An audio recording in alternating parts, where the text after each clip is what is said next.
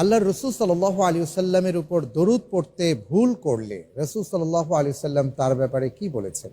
প্রিয় দর্শক, তাই আসুন আমরা বেশি বেশি করে রসুল সাল্লাল্লাহু আলাইহি ওয়াসাল্লামের উপর দরুদ পাঠ করি। দরুদ পাঠের ফজিলত এবং দরুদ পাঠ করলে আর কি কি আমরা পাবো, আর দরুদ থেকে বঞ্চিত হলে আমাদের জন্য কি অপেক্ষা করছে সে সম্পর্কে আমরা কিছু কথা শুনব। আসুন আমরা লক্ষ্য করি।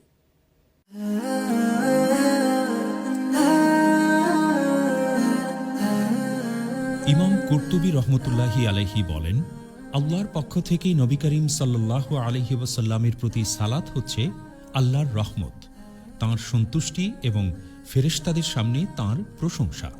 আর ফেরেশতাদের পক্ষ থেকে সালাত হল নবী করিম সাল্লাল্লাহু আলাইহি ওয়াসাল্লামের জন্য আল্লাহর নিকট দোয়া করা এবং তাঁর জন্য ক্ষমা প্রার্থনা করা। আর উম্মতদের পক্ষ থেকে সালাতের অর্থ হবে তাঁর জন্যে আল্লাহর কাছে দোয়া করা, ক্ষমা প্রার্থনা করা এবং তাঁর ব্যাপারে সম্মান প্রদর্শন করা ইত্যাদি। আল্লাহ রাব্বুল আলামিন বলেন, অবশ্যই আল্লাহ ও তাঁর ফেরেশতাকুল নবীর প্রতি দরুদ পড়ে। হে মুমিনগণ, তোমরাও তাঁর প্রতি যথাযথ দরুদ ও সালাম পেশ করো। রাসূল সাল্লাল্লাহু আলাইহি ওয়াসাল্লামের প্রতি দরুদ পাঠ না করলে জান্নাতের পথ ভুলে যাবে। রাসূল সাল্লাল্লাহু আলাইহি ওয়াসাল্লাম বলেছেন, যে ব্যক্তি আমার উপর দরুদ পাঠ করতে ভুল করল সে আসলে জান্নাতের পথ ভুল করল। অন্যত্র তিনি বলেন, জিবরিল আলাইহিস সালাতু ওয়াস সালাম এসে বললেন, আপনি আমিন বলুন এই কথার উপর যার সামনে আপনার নাম উচ্চারিত হলো অথচ সে আপনার প্রতি দরুদ পাঠ করল না, অতঃপর মারা গেল, সে জাহান্নামে প্রবেশ করবে আর আল্লাহ তাকে তার রহমত থেকে দূরে সরিয়ে দিবেন। জিবরিল আলাইহিস সালাতু ওয়াস সালাম বললেন, আপনি আমিন বলুন, অতঃপর আমি আমিন বললাম।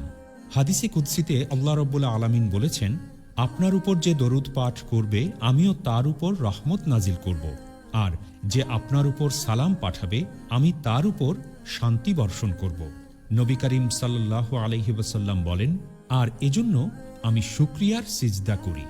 আনাস রাদিয়াল্লাহু আনহু থেকে বর্ণিত, রাসূল করিম সাল্লাল্লাহু আলাইহি ওয়াসাল্লাম বলেন, নবী করিম সাল্লাল্লাহু আলাইহি ওয়াসাল্লাম ও তার পরিবারবর্গের প্রতি দরুদ পেশ না করা হলে সমস্ত দোয়া কবুল হওয়ার ব্যাপারে বাধাপ্রাপ্ত হয়। যে কোনো মজলিসে রাসূলুল্লাহ সাল্লাল্লাহু আলাইহি ওয়াসাল্লামের প্রতি দরুদ পাঠ জরুরি। আবু হুরায়রা রাদিয়াল্লাহু আনহু থেকে বর্ণিত, নবী করিম সাল্লাল্লাহু আলাইহি ওয়াসাল্লাম বলেছেন, যে সমস্ত লোক কোনো মজলিসে বসেছে অথচ তারা আল্লাহ তাআলার জিকির করল না এবং তাদের নবীর প্রতি দরুদও পাঠ করল না, তারা বিপদগ্রস্ত ও আশাহত হবে। আল্লাহ তাআলা